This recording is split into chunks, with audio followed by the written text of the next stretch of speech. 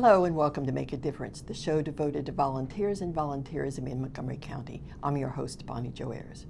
There are many thousands of individuals living with multiple sclerosis in the Washington, D.C. metropolitan area. But not only the victims are affected by this devastating disease, so are their families, friends, and colleagues. The National Capital Chapter of the National Multiple Sclerosis Society offers a range of programs and services to help those affected cope with the everyday demands of living with multiple sclerosis. And it's thanks to hardworking, dedicated volunteers who work tirelessly that the chapter is able to fulfill its mission. Throughout the year, these volunteers of all ages and backgrounds work in a multitude of capacities. And in just a minute, we'll be back to talk about volunteer opportunities with the National Multiple Sclerosis Society National Capital Chapter. But first, here are some other volunteer opportunities available in Montgomery County. Stay tuned. We'll be right back.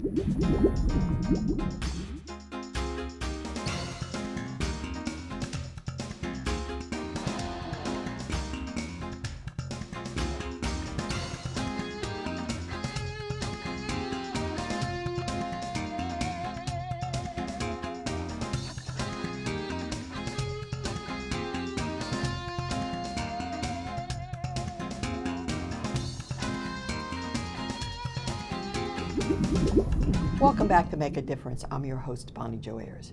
Our guests today from the Multiple Sclerosis Society National Capital Chapter are Emily Rouse, Senior Communications Manager, and Erica James Jackson, a volunteer with the National Capital Chapter. Welcome to Make a Difference. Emily, it's good to have you back, and Erica, welcome. Thank you. Thanks so much for having us, Bonnie.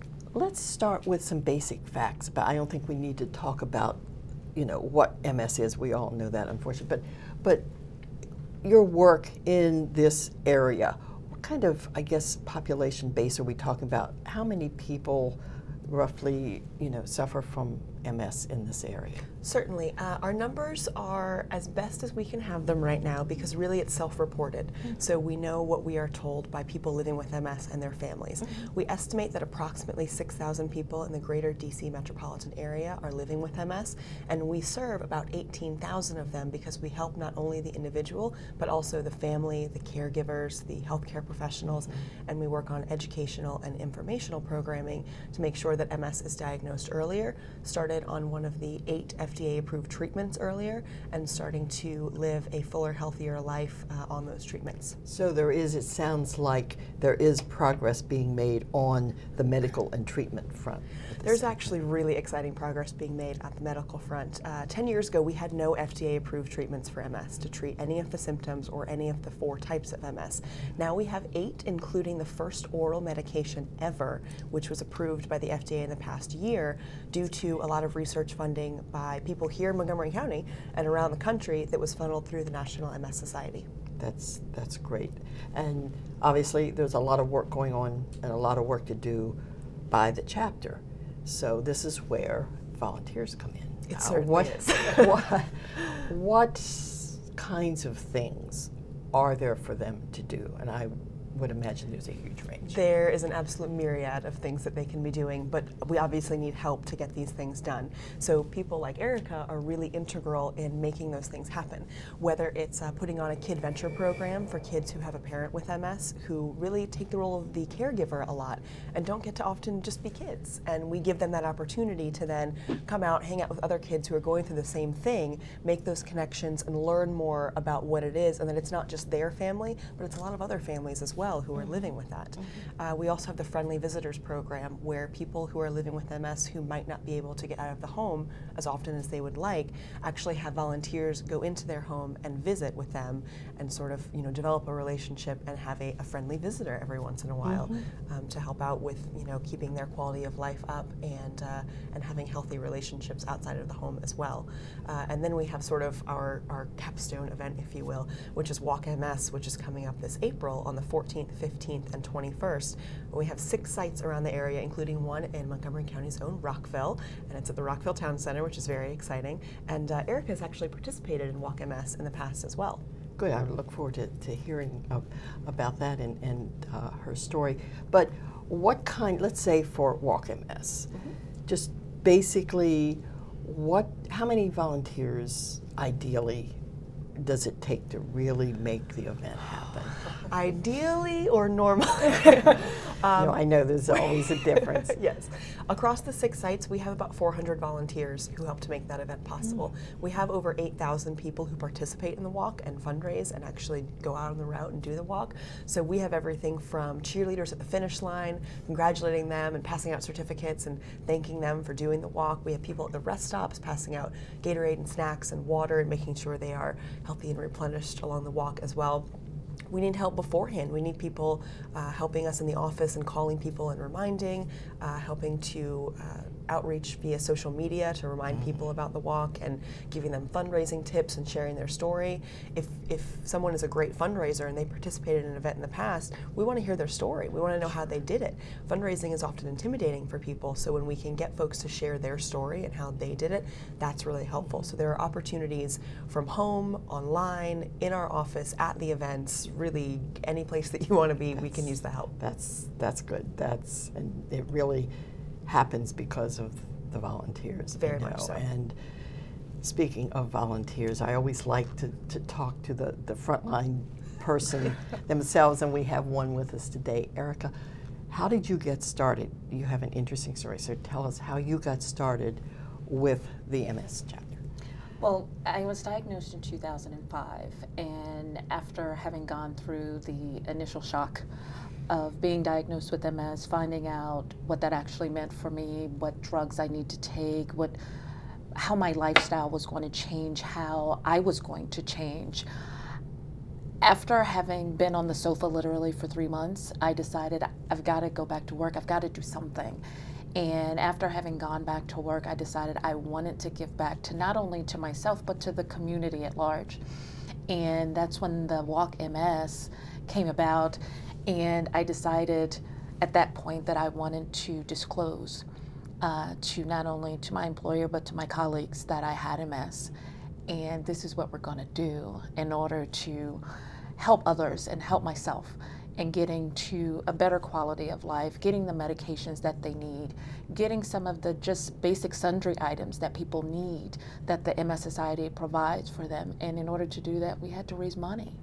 And we did everything. We had a bake sale in the office, we had a silent auction in the office, all to raise money. And my employer at that time was able to not only give money, but they matched our monies so that our team could represent well at the MS Society's Walk MS. And it was a very rewarding event. I was able to put a team together, about 10 coworkers, and in addition to family members.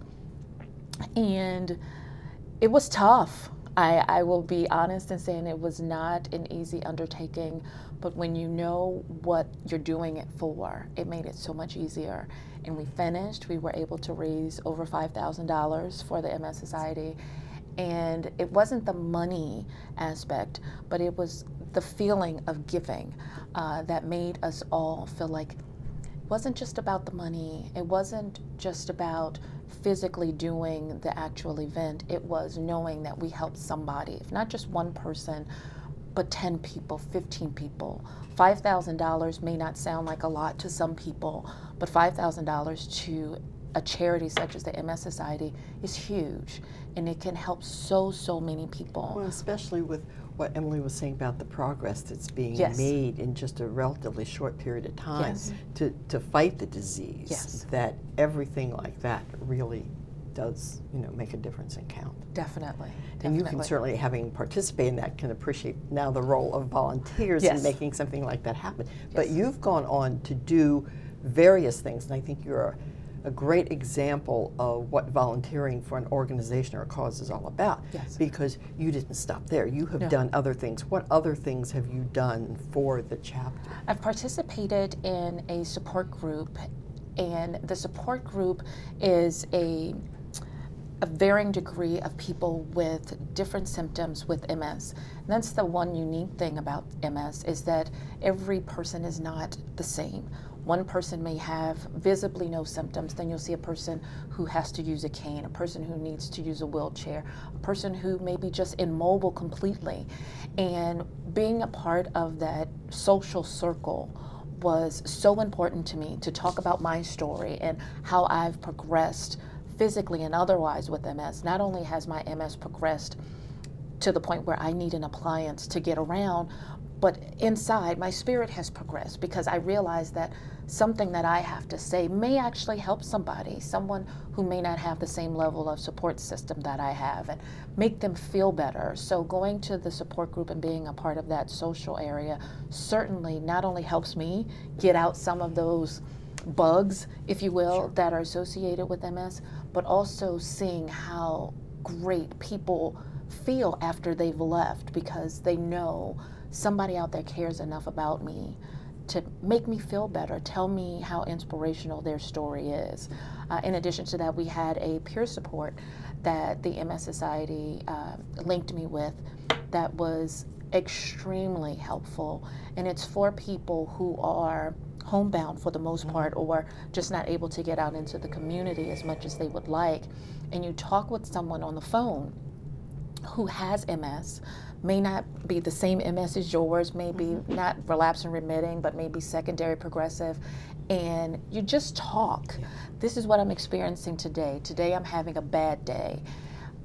And they're there for you and you're there for them. And it's a beautiful, beautiful system that the MS Society has put together to link two people that they feel, the MS Society feels, could be compatible, and you develop relationships from that. Well, speaking of developing relationships, we'd like to develop relationships with some more. So, Emily, it's time now, speaking of phones and communicating, could you give us a phone number and a website where people can find out more about how they can get involved and help like Erica? Gladly. Anybody who wants to get involved with the MS Society locally can visit www.msandyou.org. That's msandyu.org. Or they can call us anytime at 202-296-5363, and we are happy to talk with them about any potential volunteer opportunities, or if people have an idea, if they have a skill, if they are retired and they worked in IT, or if they are a graphic designer and have that skill to lend. You know, we're certainly looking for sort of high-level volunteers in a specific skill set as well. So even if we don't have a posting for it or something listed on the website, we will find something for you. We will take you. I don't doubt that. I believe you. I believe you. Erica, I have one question about the things that you've done, the variety of things you've done.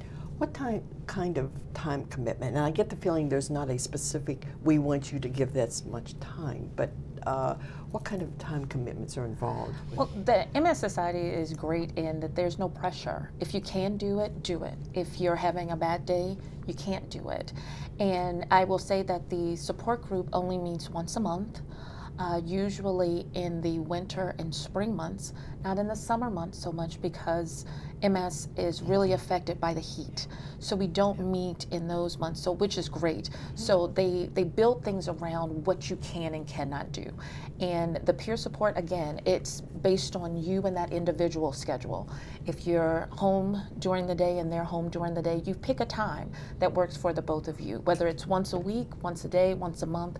It's what the two of you as a relationship We make have. it work with your schedule. Well, Yes. fantastic. So. And speaking of schedule, we're just out of time, but this has been inspirational, and it's a wonderful thing that the organization is doing. It's a wonderful thing that volunteers like Eric and all the others who get involved are doing. So I want to thank you both for being with us and telling the MS story. Thank you. We've been talking with Emily Rouse and Erica James Jackson about volunteering with the National Multiple Sclerosis Society National Capital Chapter. To become involved with this or other local volunteer organizations or projects, call the Volunteer Center 240-777-2600 or visit their website at www.montgomeryserves.org. And remember, as you've heard today, as a volunteer, you can make a difference.